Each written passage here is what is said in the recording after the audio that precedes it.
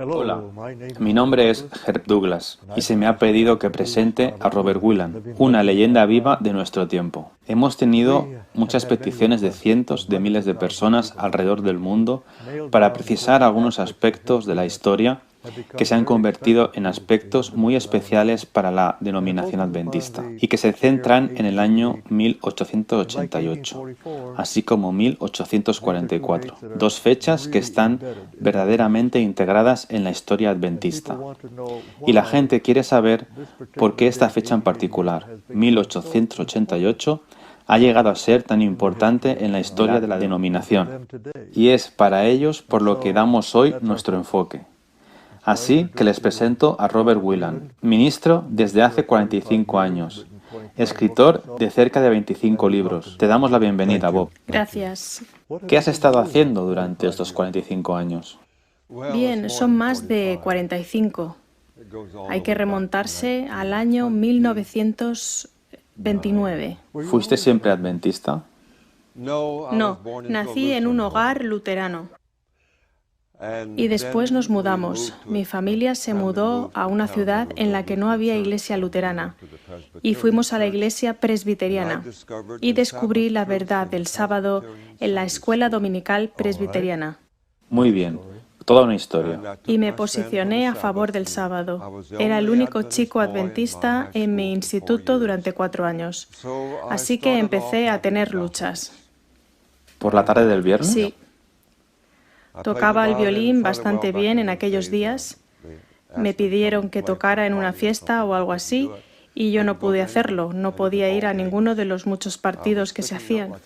Llamaba la atención por ser el bicho raro, continuamente durante toda la época del instituto. Después, en mi último año, la facultad me pidió que representara a nuestro instituto en el certamen académico del estado de Florida en literatura inglesa y gané el primer lugar en el estado de Florida. ¡Qué bien! Eso me dio 2 becas. ¿Dónde? En la Universidad Stetson y la Universidad de Florida. ¿Pero? Pero tuve una especie de padrino, el vicepresidente de la Conferencia General, que me conocía desde que era un niño, y me sacó inmediatamente de la Southern Union College para mantenerme lejos de esas 2 universidades. Te quedaste sin beca. Y entonces trabajé transportando cemento mojado en una carretilla y en otros 23 trabajos más para labrarme un camino en la universidad para que pudiera aprender cómo ser un misionero. Así que te graduaste. Me gradué en 1939. ¿Y continuaste? ¿En qué trabajo? Bien, una gran historia. No había trabajo, ningún trabajo. Los años de la depresión. No, ese no era el problema. No lo era. Ya había descubierto el mensaje de 1888. ¿Cómo ocurrió eso? Bien, era mi último año en la universidad. Nuestro profesor de Biblia, Lindsay A. Simmons, que había conocido a Ellen White personalmente en Australia, nos dijo un día que el evangelista más famoso que teníamos, que siempre vestía un traje blanco, atraía la atención, y que bautizaba a gente a cientos, nunca entendió los 2 pactos. Y eso me chocó. Le pregunté que si ese pastor no entendía los 2 pactos, entonces ¿quién lo haría? Y él miró al techo y miró de aquí para allá y dijo, pues no sé quién lo hará. Y yo dije, ¿dónde podríamos aprender sobre eso? Y lo he revisado recientemente. Fui a la biblioteca y cogí la revista Adventista y el Heraldo del Sábado, volumen 4 de 1939. Lo revisé todo y no había nada sobre el nuevo pacto realmente. Y dije, ¿quién ha trabajado sobre eso para que podamos aprender? Y él dijo, bueno, lo mejor que he leído fue en un libro titulado Las Buenas Nuevas, de E.J. Waggoner. Así que él trajo el libro, lo reservó para nosotros, yo lo leí. Yo era como John Wesley en aquella pequeña capilla, en aquella gran calle de Londres. como cuando Wesley leyó el comentario de Lutero sobre Romanos, y mi corazón extrañamente se calentó. Había descubierto el Evangelio como nunca antes lo había entendido. Verás, en el instituto, con todas aquellas luchas por el sábado, el director del instituto estaba molesto conmigo. Me dijo: Robert, debes leer el libro de Gálatas. Eso te enderezará en este asunto del sábado. Y yo leí Gálatas, pero no podía entenderlo. Fui a todos los campestres cada año, a la iglesia cada sábado. Nadie me explicó jamás Gálatas. ¿Ningún ministro? No. ¿Algún profesor? Nunca escuché un sermón sobre Gálatas. ¿Y entonces qué pasó? Cuando leí ese libro, comprendí al menos algo de lo que el Evangelio realmente es. Así es como empecé. Y de alguna manera, debido a mi temprana vislumbre del mensaje de 1888, que no puedo explicar ahora, no me dieron trabajo. Algo pasó, tú no sabes de esto. Pero ellos no me entendieron y pensaron que yo debía ser cocinero o algo así. Pero yo no podía dedicarme a los negocios porque había dado mi corazón y mi vida al Señor para ser misionero. Todo lo que podía hacer era salir y vender libros, colportar, en lo cual no era muy destacado. Finalmente, un director de publicaciones de la Conferencia General vino y me dijo: tú debes estar en el ministerio. Y mi padrino, el pastor Oliver Montgomery, que era el vicepresidente de la Conferencia General, me dijo: Robert, ve a ver al presidente de la Conferencia General y dile simplemente que tú tienes que tener un puesto. Sabes que tú has sido divinamente llamado al ministerio, tú tienes que tener un puesto. Pues bien, yo no pude hacer eso. No quería usar ningún enchufe para entrar en el ministerio. Así que fui y le dije que estaba disponible si me quería. Y finalmente me invitó a ser maestro de tecnología. ¿Sabes lo que es? Sí, yo lo fui una vez. ¿Ah, sí? Sí.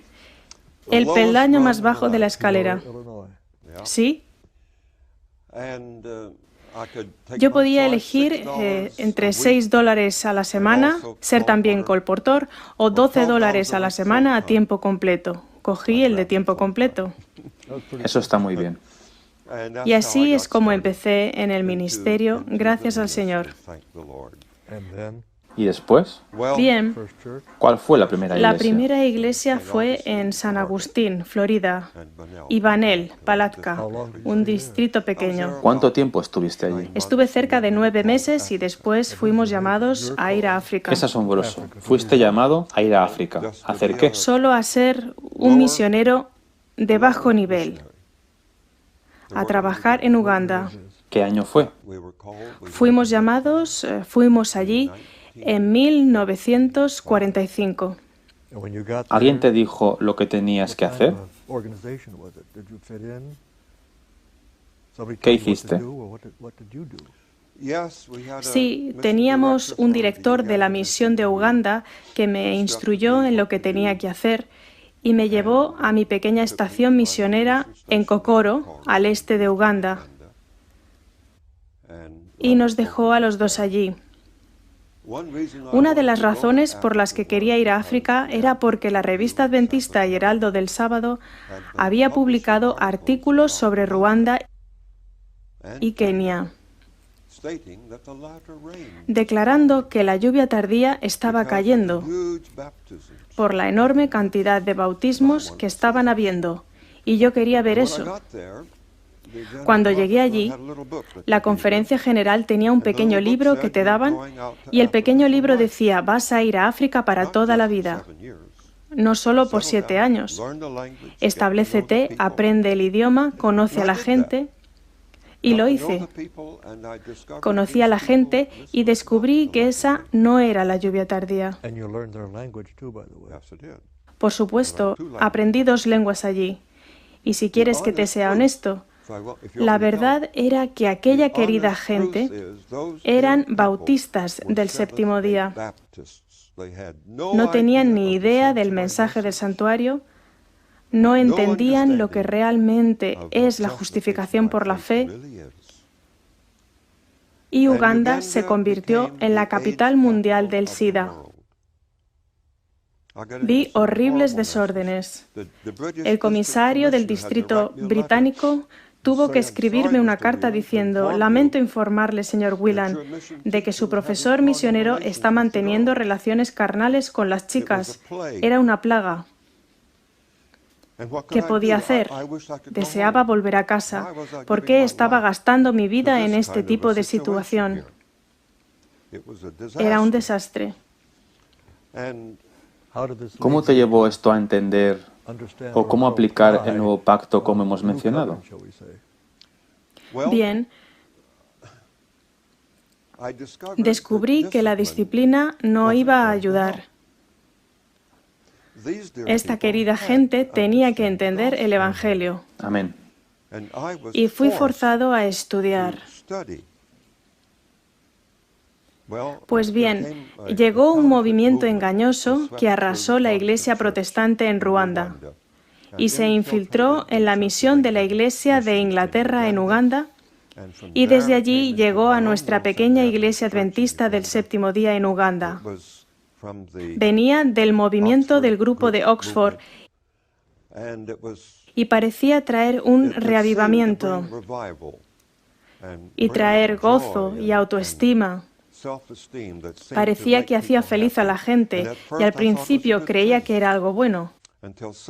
Hasta que alguien, bien, ellos te decían que los cristianos normales están en un nivel bajo, pero que los cristianos reales estaban en un nivel más elevado.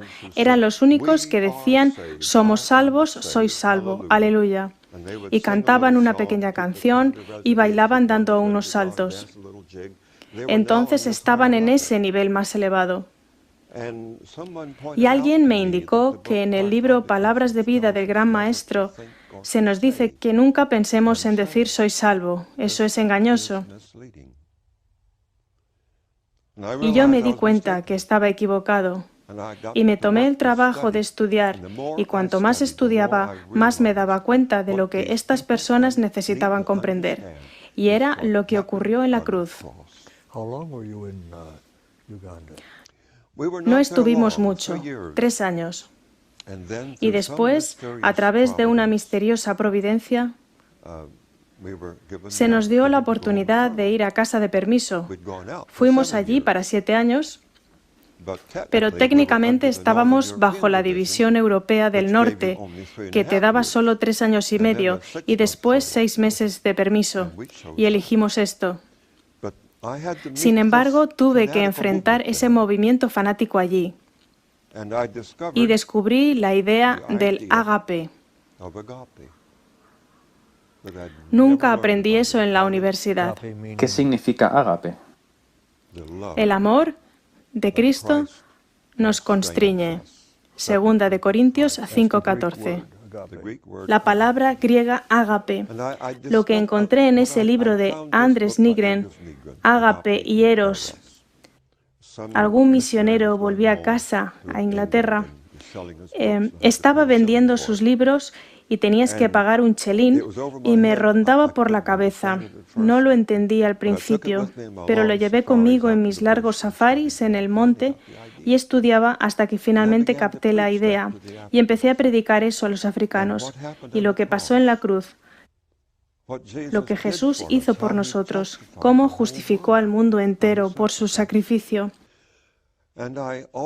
Y también lo que había descubierto sobre el mensaje de 1888 al leer las buenas nuevas que Cristo, en su encarnación, tomó nuestra naturaleza caída pecaminosa, lo que significó que yo pudiera decir a esa gente en Uganda: Cristo fue tentado como tú lo eres. Sí, Él fue tentado sexualmente como un hombre también.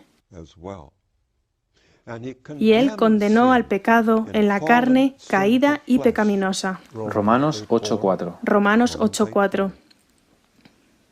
Y empecé a predicar eso. Y el Señor bendijo. Por primera vez vi lágrimas cayendo de las mejillas de los africanos. ¿Por qué? Porque prediqué sobre lo que había ocurrido en la cruz. Sus corazones fueron conmovidos. Algo estaba pasando. Ahora bien, yo no trastorné el mundo, no estoy diciendo eso, pero descubrí que la predicación de la cruz impacta los corazones humanos. Después volvimos a casa de permiso. ¿Y te digo lo que pasó? Obviamente.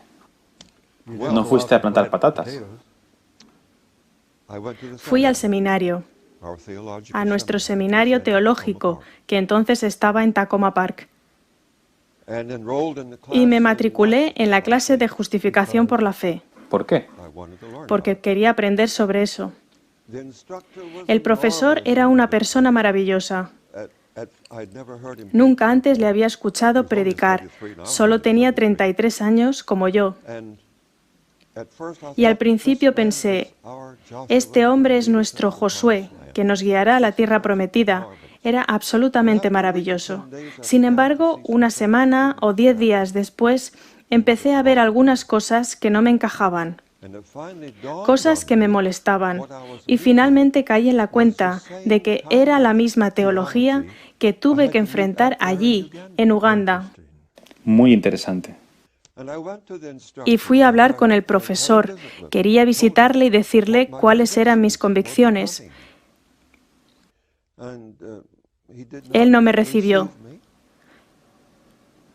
Y finalmente, lo que pasó fue que él estaba recomendando los libros de E. Stanley Jones, de mi generación previa. Yo conozco esos libros. Sin embargo, E. Stanley Jones fue el Rick Warren de aquella generación, el gran líder evangélico. Y leí los libros de E. Stanley Jones para ver lo que él decía.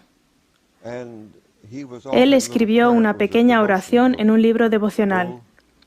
Oh Señor, me amaré a mí mismo en ti en este día, porque el amor al yo es amor de Dios. Eso me despertó. Y también cuenta que fue a la tumba de su abuela y se comunicó allí con ella. Y por todas partes estaba esa idea de la autoestima. ¿Qué hace la cristiandad? ¿Cuál es su instinto primario en cuanto al yo? ¿Crucificarlo? No. El yo debe ser afirmado. El yo es digno de amor. Eso fue muy bien recibido por nuestra pequeña clase de Cristo, nuestra justicia. Bueno, por mí no fue tan bien recibido. Tenía algunas luces rojas brillando que me inquietaban y fui a ver al presidente. Él no se tomó bien lo que le dije. Y ahí empezó para mí estos 50 años y alguno más de pruebas y a menudo de ser malentendido, a lo que te referías hace un momento. Un manuscrito recientemente puesto en circulación se convirtió en un libro escrito en aquella época que precipitó la Conferencia de Biblia de 1952, la cual fue internacional. Lo fue. ¿Cuál era ese libro? Bien, la división del sur de África había determinado que Donald K. Short y yo fuéramos delegados en la sesión de la Conferencia General de 1950 en San Francisco. ¿Quién era Short? Donald K. Short era el director misionero de la estación misionera más grande en África en ese momento. Viajamos juntos en barco, así que nos familiarizamos y hablamos un poco. No éramos amigos en absoluto, pero ambos nos oponíamos a recibir concesiones del gobierno para nuestras escuelas. Ambos nos oponíamos a bautizar un gran número de personas sin instruirlas. Más o menos teníamos las mismas convicciones sobre la obra misionera. Y cuando llegamos a la sesión de la Conferencia General de 1950, asistimos a todas las reuniones de la sesión previa, las cuales eran predicaciones centradas en Cristo.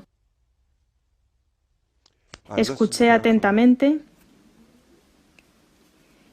Y caí en la cuenta de que aquellas predicaciones centradas en Cristo que estábamos escuchando era la teología de las iglesias evangélicas guardadoras del domingo sobre justificación por la fe, y no lo que Dios nos dio en 1888. Me he dejado un detalle. Antes de dejar el seminario, fui al White State para pedirles si podía ver lo que Ellen White tenía que decir sobre 1888. Arthur White estaba afuera, estaba en Sudáfrica, pero era D.E. Robinson quien estaba a cargo. Y él dijo, no, bueno, no solemos dejar a la gente leer esos materiales porque son bastante controvertidos. Pero yo no me fui, me quedé allí. Y él me dijo, ¿qué quieres saber? Dije, he estado en el seminario y he escuchado cosas que son contradictorias. Me gustaría saber lo que Ellen White dijo. Bien, dijo él, ¿quién es usted? Y dije, soy el presidente de la misión de Uganda. Conozco a su hijo Virgil. Ambos fuimos miembros del Comité de la Unión Africana. Muy bien. Pasé y me trajo una carpeta que contenía mucho del material que era muy significativo, al menos en aquellos 4 enormes volúmenes que fueron publicados, materiales de 1888. Leí su diario, sus cartas, documentos que daban una imagen totalmente diferente de lo que yo había visto en el seminario. Lo sé muy bien. Le pregunté si podía hacer una copia.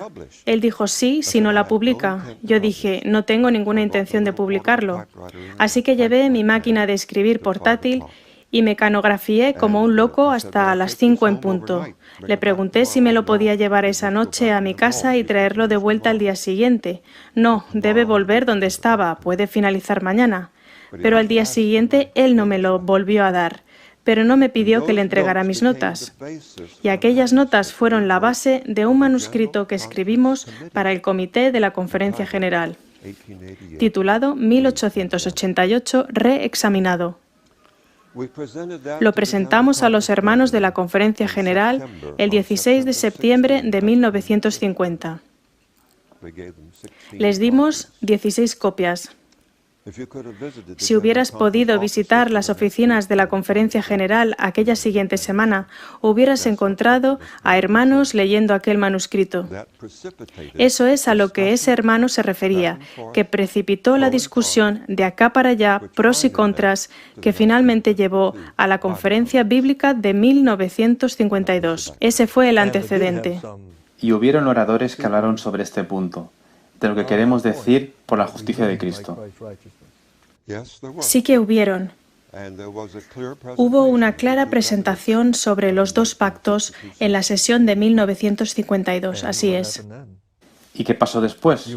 De alguna manera tendrías que haber sido exonerado. No, no lo creo. Porque en 1950, cuando los hermanos leyeron el manuscrito, sabían que éramos leales a la Iglesia. Ellos temían que no fuéramos leales. Pensaban que íbamos a ser problemáticos o algo así. Y cuando leyeron 1888 reexaminado, ellos supieron definitivamente que sí, nosotros éramos absolutamente leales a esta Iglesia. Nos volvieron a enviar a África con su bendición. Sin embargo, nos pidieron que no enseñáramos el mensaje de 1888. En lugar de eso, vuelvan y prediquen la justificación por la fe. Creo que se referían a la versión evangélica. Sin embargo, en 1951 respondieron negativamente a nuestro manuscrito y nos pidieron que no lo pusiéramos en circulación. Mientras tanto, algunas copias, habíamos enviado unas pocas copias, nosotros las habíamos encuadernado y enviamos unas pocas copias a amigos íntimos personales y ellos les dieron salida y circularon.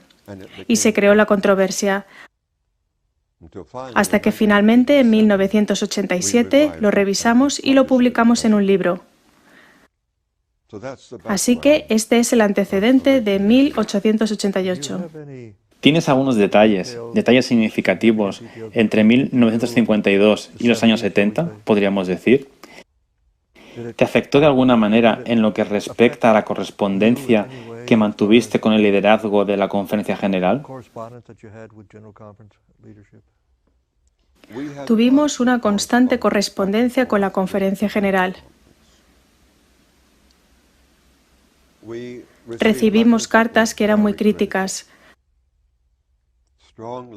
Se oponían fuertemente a las posiciones teológicas que habíamos extraído de los escritos reales de Jones y Wagoner. Dudaste en cuanto a si realmente debías dejarlo y predicar Daniel 2 o algo así. Pero seguiste centrado en lo que pensabas que era el mensaje que necesitaba la Iglesia Adventista del Séptimo Día y el que el mundo necesita. En cuanto a qué clase de Dios estaba a cargo del universo. ¿Qué tipo de Dios moriría en una cruz? ¿Y qué significa todo esto para nosotros en cuanto a prepararnos para la traslación?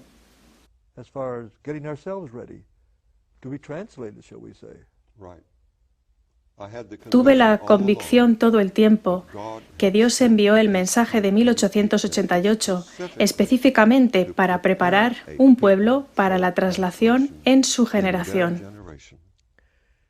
¿Puedes darnos una visión general, una vista panorámica de a lo que nos referimos con el mensaje de 1888? El mensaje de 1888 es el más precioso, según dijo Ellen White. Esas fueron sus palabras. Los dos jóvenes mensajeros que el Señor envió con el mensaje tenían credenciales divinas, dijo ella. Su comprensión de la justificación por la fe fue mucho más allá que la de Lutero y Calvino. Interesante. O los evangélicos de esa época. Y la razón es que Jones y Wagoner, aunque eran jóvenes, estaban en la treintena, lograron combinar juntos la idea única, idea adventista de la purificación del santuario, con la idea de Pablo de justificación por la fe. Y poniendo estas dos doctrinas juntas, Jones y Wagoner descubrieron lo que llamamos el mensaje de 1888. Por tanto, había algo que los evangélicos guardadores del domingo, no podían entender, porque no tenían ni idea del mensaje del santuario. Cuando hablas del mensaje del santuario y su conexión con la justificación por la fe, ¿qué tiene que ver con nuestra preparación para ir al cielo?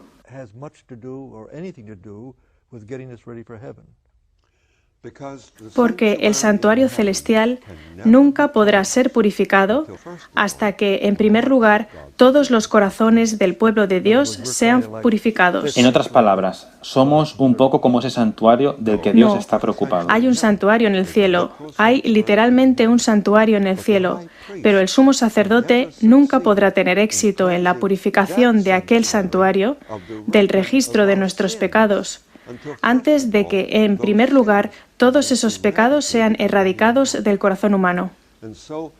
Así que no se trata de pecar y arrepentirse y volver cada sábado, arrepentirse otra vez y después volver a pecar más.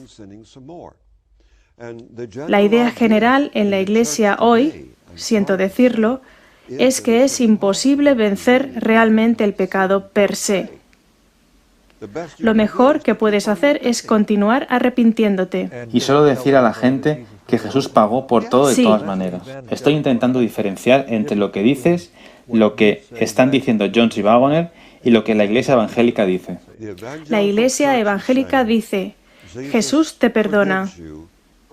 Y tú vas y vuelves a pecar, porque tú nunca podrás realmente vencer al pecado per se.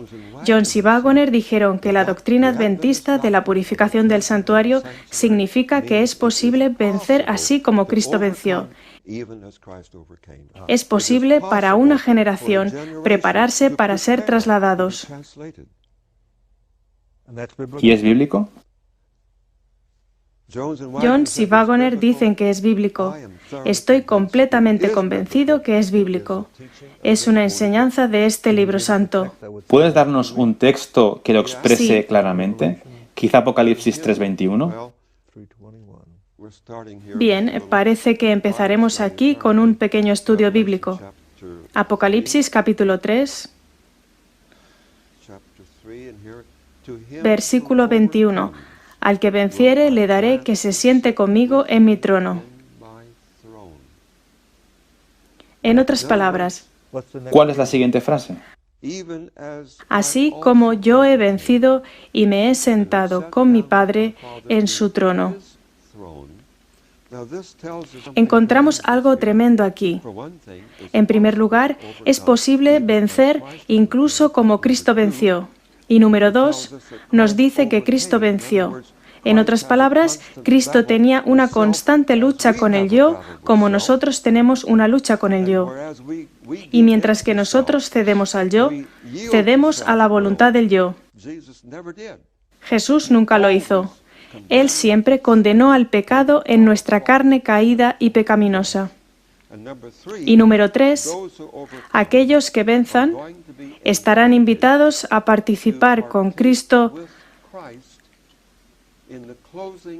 en los últimos eventos de la historia humana.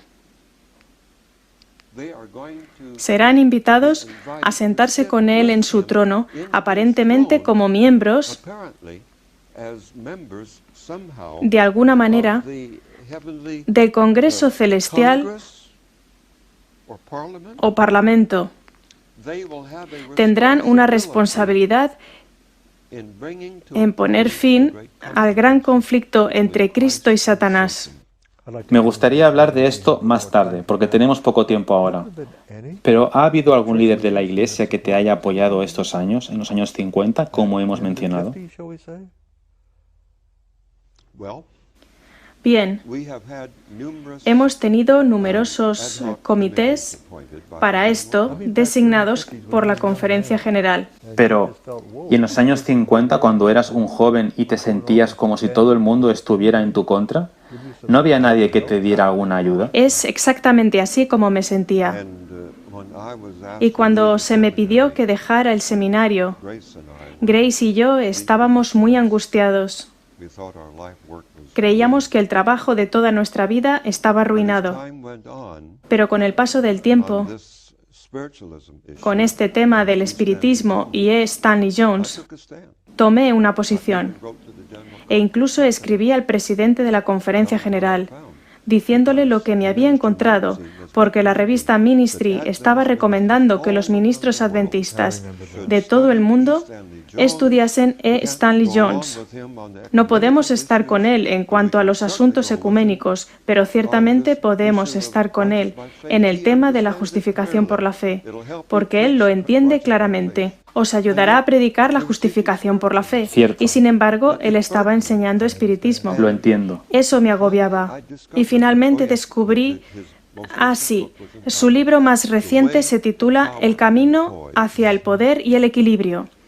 Conseguí el libro, lo leí, y esto fue cuando encontré aquellas oraciones. Oh Dios, me amaré a mí mismo porque el amor a mí mismo es el amor de Dios, etc. Y después un anciano pastor adventista retirado, expresidente de la Conferencia General, William A. Spicer, Un hombre honesto. escribía un pequeño editorial cada semana para la Review y escribió uno advirtiendo en contra del misticismo oriental que estaba infiltrando el pensamiento adventista, del cual una palabra clave es equilibrio. Sumé 2 más 2 y escribí una pequeña carta a Spicer. ¿Se podría haber referido al nuevo libro de E. Stanley Jones? Él me contestó sí. Le expliqué lo que había encontrado en el libro. Él me contestó con una carta escrita a mano y dijo: querido hermano Whelan, gracias a Dios que usted vio el mal en ese libro. Considero que E. Stanley Jones está haciendo la peor obra de cualquier agente religioso. Si otros protestan como usted lo ha hecho, podría hacer algún bien. Le contesté. Le dije, Pastor Spicer, yo no soy nadie. No puedo protestar. ¿Por qué no protesta usted? Usted es alguien. Me escribió de nuevo, me dijo, lo haré, pero no hasta después de la sesión de la Conferencia General. Todo el mundo estará pensando en eso y no lo leerán. Y lo hizo aquel verano. Sí, tuve apoyo de W.A. Spicer, el abuelo de todos los ministros adventistas. No hay duda sobre eso. Un hombre maravilloso. La Universidad de Spicer lleva su nombre allí en India. Vayamos ahora hasta los años 70. Bien, tuvimos algunos comités ad hoc. Parecía que los hermanos de la Conferencia General no podían dejar de lado esta cuestión. Correcto. Siguieron enviándonos cartas y presionándonos. Y bien, el problema es que 1888, reexaminado, acabó llegando a Australia y suscitó alguna controversia allí. No teníamos nada que ver con eso, pero los hermanos estaban angustiados por eso y esperaban que pudiéramos retractarnos, volver atrás o algo así, para acallar las protestas de la gente. Sí, y por esa razón se convocaron varios comités para eso. Se convocó uno en 1972, un comité bastante grande, compuesto por la inteligencia de nuestro mundo académico y el liderazgo de la Conferencia General. Y ambos, Short y yo, estábamos allí y fuimos interrogados. La reunión duró toda una semana. Y esto te sorprenderá. Los hermanos bajaron allí en el Santo Sábado y abrieron las oficinas de la Conferencia General para que el comité continuara el sábado por la tarde.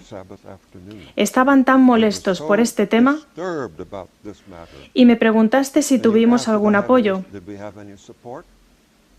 Pues bien, la totalidad del comité, que era un grupo bastante grande, se oponía totalmente a nosotros, excepto dos.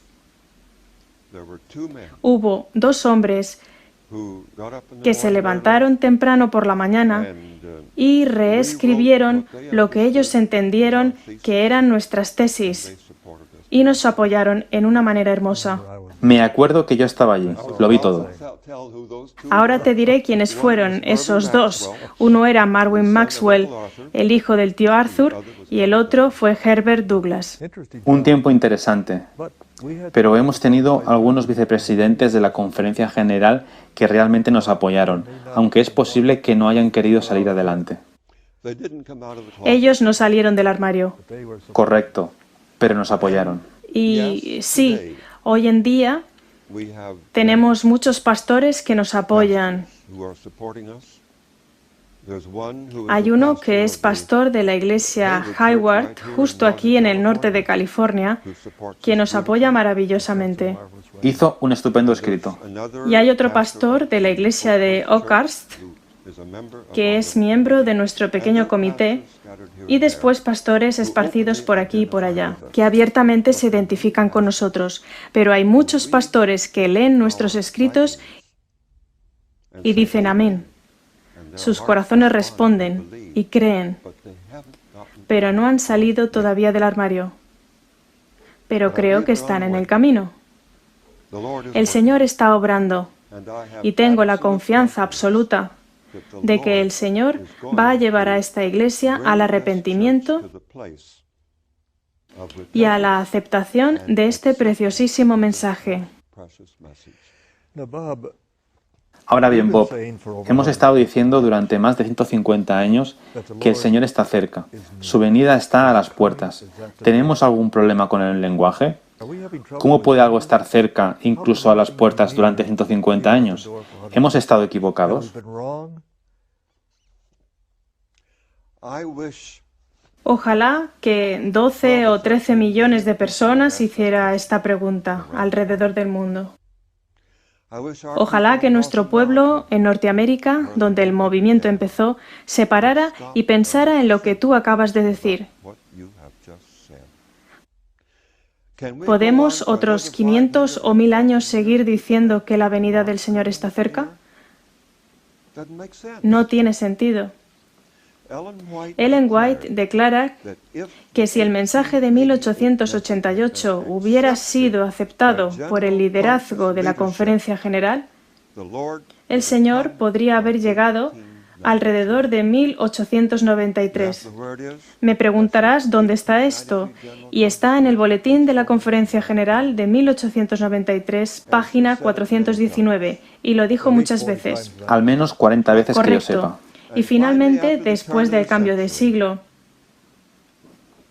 ella tuvo que declarar que teníamos que permanecer en este mundo por muchos años más debido a nuestra insubordinación al Señor. Y creo que ya ha pasado demasiado tiempo. No veo ningún sentido en continuar siendo un cuerpo de iglesia que ama el mundo, tibia, que ama al yo, por otros 25 o 50 años. No veo la finalidad de esperar tanto tiempo. ¿Está esperando a que el mundo esté peor, que se añada más y más maldad, y cuando sea demasiado, Él vendrá, de todos Espero modos? que no tengamos que esperar tanto. Pero es esa la forma en que se piensa. Bien, no puedo creer la descripción bíblica y la comprensión de Ellen White del final de la obra de Dios, y que Cristo, como el novio celestial, va a tener que llevarse por delante a su futura esposa, cogerle por el pelo y arrastrarla al altar. No puedo ver que esa sea la imagen en la Biblia. Entonces, ¿la Biblia dice algo sobre por qué Dios espera? Sí, en Apocalipsis 19, versículos 7 y 8, leemos sobre aquellos grandes coros de aleluya. 4 de ellos: gocémonos y alegrémonos y démosle gloria, porque han llegado las bodas del Cordero, y su esposa se ha preparado, ella misma.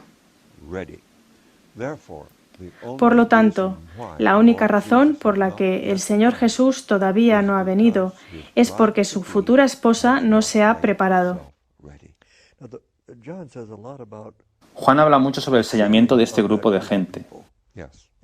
Palabras interesantes. Hay algo quizá en Apocalipsis 7 que esté unido con lo que acabas de decir. En Apocalipsis 7 lees sobre 4 ángeles que están comisionados para detener los 4 vientos de contienda hasta que hayan sellado a los siervos de Dios en su frente. Y son los 144.000 sellados, que espero que sea un número simbólico, no literal. Entonces, ¿estás diciendo que Dios está refrenando la entropía natural del mal y la continua miseria en este mundo? ¿Está refrenando mucho de esto porque Él no tiene suficiente pueblo para ser sellado?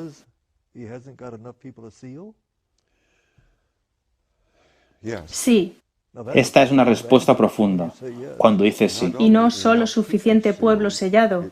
Quizá nadie esté sellado todavía, no lo sé. Pero ni tú ni yo podemos conducir hacia casa con seguridad por la autopista si no fuera porque Dios está deteniendo los 4 vientos de contienda un poco más. Pero ¿quiénes son esas personas? No tenemos ningún tipo de descripción de qué tipo de pueblo está Dios intentando sellar. Bien, cuando ellos son sellados, tenemos una descripción, sí. En sus bocas no fue hallada mentira, pues son sin mancha delante del trono de Dios. ¿De dónde sacas eso? No lo digo yo ni Ellen White, lo dice la Biblia. Apocalipsis 14, versículos 4 y 5.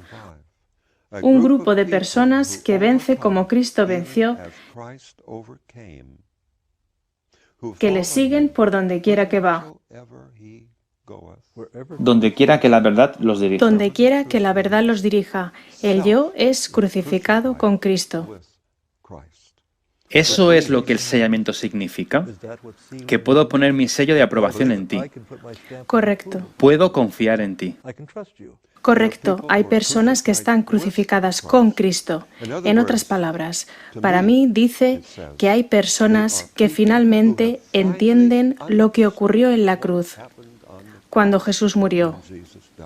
¿Qué dice que Él escribe en sus frentes? Escribe el nombre del Padre. ¿No sería maravilloso tener escrita su firma en la frente de todos? Eso se hará. Este es mi pueblo. Puedes confiar en ellos. Espero que no sea un número literal. Un día me puse a calcular, ya sabes, si era un número literal, y sería 1,7 personas de todo el condado de California. No tendríamos muchas posibilidades de entrar en este grupo. Espero que sean 144.000 categorías de personas que venzan. Podrían ser los primeros frutos también. Sí. En otras palabras, hay algo sobre el mensaje de 1888 que acelera este proceso de sellamiento de las personas, para que Dios pueda decir: finalmente hemos llegado al momento en que el plan de salvación ha sido vindicado. Así lo creo. El mensaje fue enviado para ese mismo propósito, pero no fue bien recibido.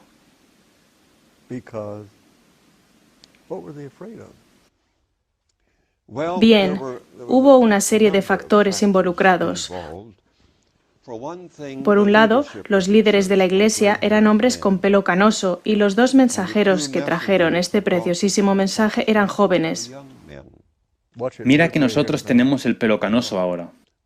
Lo sé, lo cual significa que tú y yo estamos en una situación muy peligrosa, porque son los hombres viejos los que hacen estúpidos errores.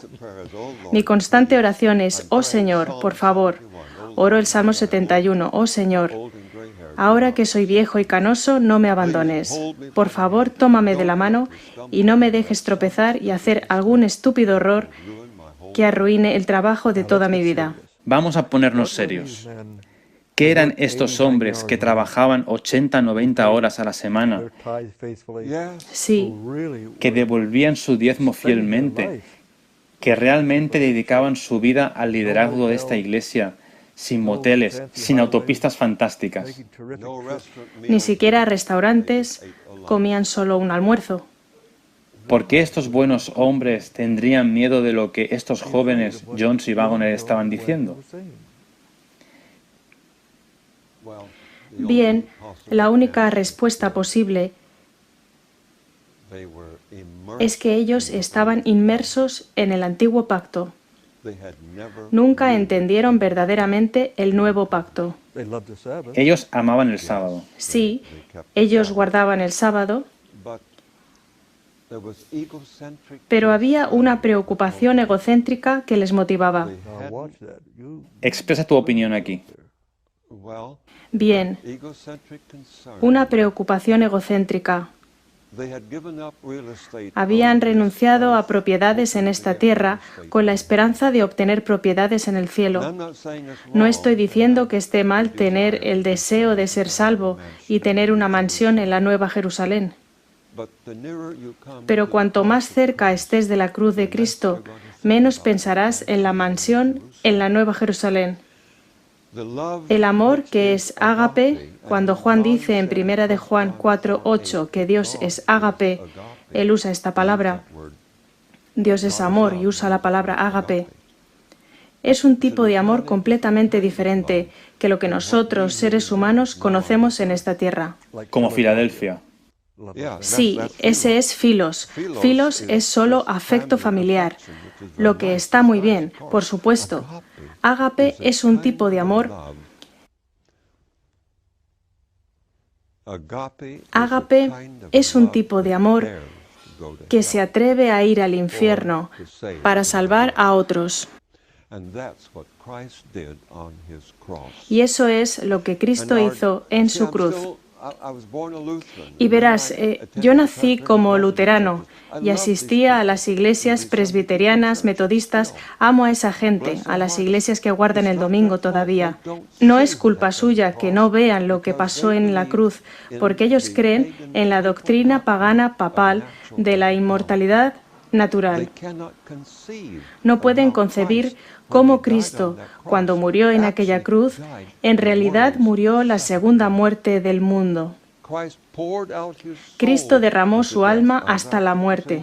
Isaías 53, versículo 12. Él se vació de sí mismo. Filipenses 2, versículos 5 y 6. Como cuando vacías una botella hasta la última gota. Él lo dio todo, incluso su vida eterna. Cuando clamó a gran voz, «Mi Dios, ¿por qué me has abandonado?», le parecía que el Padre le había abandonado.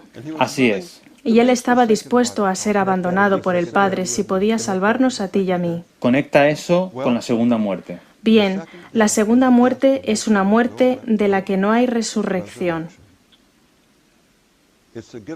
Es una renuncia a la esperanza, a decir adiós, a vivir para siempre, que es la consagración que Cristo hizo por nosotros. Pero las personas que sufren la segunda muerte han sido resucitadas. Pero no para vida eterna. Correcto. Han sido resucitados para el juicio, sí. Y es interesante, 1 Corintios 15 nos dice que ambas resurrecciones son en Cristo. Es verdad. Sí, así que incluso los malvados son resucitados en Cristo, lo que es una pequeña percepción de la realidad de que cuando Cristo murió en la cruz, redimió al mundo. Pero ahora, en la segunda resurrección, llega el momento real. La realidad está verdaderamente ante ellos. Esto es lo que han perdido. Así es, en Apocalipsis 20, versículo 12, los libros son abiertos. Y todos los secretos de estos libros son revelados abiertamente. ¿Por qué tiene que pasar esto? Esto tiene que pasar para que el gran conflicto finalice. Porque si ha quedado alguna duda sobre el carácter de Dios, del ágape, del amor, el pecado puede resucitar otra vez. O ser injusto. O ser injusto, sí. Y cuando los malvados finalmente se vean a sí mismos como en realidad son, y vean cuán profundamente egoístas han sido siempre, y cómo cada uno de ellos han clavado aquellos clavos en las muñecas y tobillos de Jesús, crucificaron al Señor de Gloria, cuando se den cuenta plenamente, vean la luz. El dolor será peor que el fuego del lago de fuego. Y Ellen White nos dice en El conflicto de los siglos que ellos darán la bienvenida a la destrucción. A veces cuando predico me dejo llevar y digo que después de que se abren los libros y tiene lugar el juicio y los malvados finalmente se dan cuenta de quiénes son, que su nombre es Esaú. Tenían la primogenitura en sus manos. Dios se la había dado a ellos. No era meramente que Dios se la había ofrecido, se la había dado. Ellos la tenían, pero ellos la desecharon, la vendieron, la menospreciaron. Ellos querrán saltar al lago de fuego. Suena como Getsemaní de nuevo. Sí. Y los 144.000 van a pasar por el Getsemaní, en el lado correcto. Y orarán como oró Jesús: Señor, no se haga mi voluntad, sino la tuya. Una completa crucifixión del yo. Ahora bien, la sensación general entre los adventistas del séptimo día hoy es que este tipo de experiencia está más allá de nosotros. Es imposible. No somos capaces de pasar por el Getsemaní de esa manera. Tendremos que morir, ir a la tumba, resucitar en la primera resurrección. Esta es la ruta subterránea para ir al cielo. Esa es la manera fácil de ir. Incluso si tienes cáncer, tomas medicamentos que quitan el dolor. Tuve a una querida dama que fue mi secretaria. Me escribió una carta la semana pasada. Ella está cansada, dijo Robert y Grace. ¿Sabéis? No quiero atravesar el tiempo de prueba. Solo quiero morir e ir al cielo de esa manera. Bien, ella es mayor y no quiero hacerle sentir dolor o algo así. Pero cuando la gente joven me dice eso, yo digo, ¡qué vergüenza! Estás privando a Cristo de los testigos que necesita y espera en los últimos días. Exactamente. Sigue predicando eso. Bien. El que está trabajando tiene mucho por hacer. Pero las personas que se levanten en la segunda resurrección, la cuestión real de su angustia es que se resistieron a lo que Dios ha estado tratando de darles. Así es. Has dicho, y otros han dicho durante años, que es más fácil salvarse que perderse. Eso es herejía, cuidado. Como buen pastor adventista, debes decir a la gente lo duro, los muchos sacrificios, lo empinada que es la montaña que tienen que escalar. Eso es lo que la mayoría de los pastores adventistas creen que es su deber, decir al pueblo. Horrible. Pero el mensaje de 1888 sugiere una idea totalmente diferente. Muy bien. ¿Cuál es?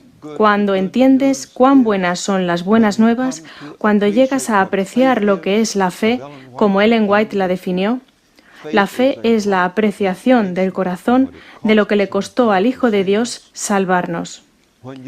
Cuando te das cuenta lo que se ha hecho por ti, entonces ese amor, ese ágape de Cristo te constriñe. Y la palabra constreñir no significa que te detiene, sino que te empuja hacia adelante. Podría casi decir que te lleva a una vida de ministerio, de total sacrificio del yo para el Señor Jesucristo. Y Pablo nos dice en 2 de Corintios 5, 14 y 15, cuando dice que el amor de Cristo nos constriñe, porque así nosotros juzgamos. Como cuando calculas 2 más 2 son 4. Bien, consideramos que si uno murió por todos, eso significa que todos murieron cuando Él murió. Y cuando te das cuenta que tú perteneces a esa tumba eterna, que te mereces la muerte eterna, y te das cuenta que el Señor Jesús, tu hermano mayor, te lo quitó para darte vida eterna en su lugar. Entonces, ese amor que te constreñirá a vivir no para el yo, sino para Él, que murió por ti y resucitó. Por eso es fácil salvarse y difícil perderse. Pero no pongas un punto ahí. Si entiendes cuán buenas son las buenas nuevas. ¿Tiene sentido? Tiene sentido para mí porque no puedo entender el Evangelio de otra manera. Por supuesto que la negación del yo es una experiencia constante y diaria. Nos arrepentimos diariamente. Hay algunos programas de televisión que solía ver hace un año que estaban perfectamente bien. No había nada malo en ellos. Ya no tengo tiempo de ver la televisión. Estoy arrepentido de perder el tiempo en algo en lugar de estar haciendo algo mejor. Es una constante experiencia de arrepentimiento. Y por eso estoy resistiendo. Negación del yo. Sin embargo, tengo a todos los ángeles del cielo y al Espíritu Santo para ayudarme en eso. Cuando estoy haciendo algo, eligiendo hacer algo un poco menos que lo mejor, no tengo la ayuda del Espíritu Santo conmigo. Voy por mi cuenta. Pero cuando estoy escogiendo algo que el Señor quiere que haga, tengo el poder del Espíritu Santo. Así es como yo lo veo personalmente. Es suficiente para mí. Verás, cuando nos arrodillamos con Jesús en el huerto de Getsemaní y permanecemos despiertos, no como Pedro, Santiago y Juan, pero si por la gracia de Dios permanecemos despiertos en el huerto de Getsemaní, será fácil para nosotros negar al yo y seguir a Cristo. Verás, este es el asunto de todo, el tema del sellamiento, Así lo creo. en lo que a mí respecta, porque el sellamiento es simplemente desarrollar patrones neuronales que te haga más fácil decir que sí la próxima vez o decir que no, lo que sea más apropiado. Cuando yo estaba aprendiendo a escribir a máquina, era difícil para mí cuando no había ninguna letra en el teclado, ningún número, y tenía que mirar a la pizarra donde había un gran cartel A, B, C allá arriba, e intentaba encontrarlo abajo en el teclado. Sabía que nunca superaría ese curso. Pasaron las semanas y escribía 10 palabras por minuto. Pero, ¿sabes? Conseguí escribir 70, 80 y 90 palabras por minuto. Y nunca miré el teclado. ¿Por qué? Por mis patrones neuronales.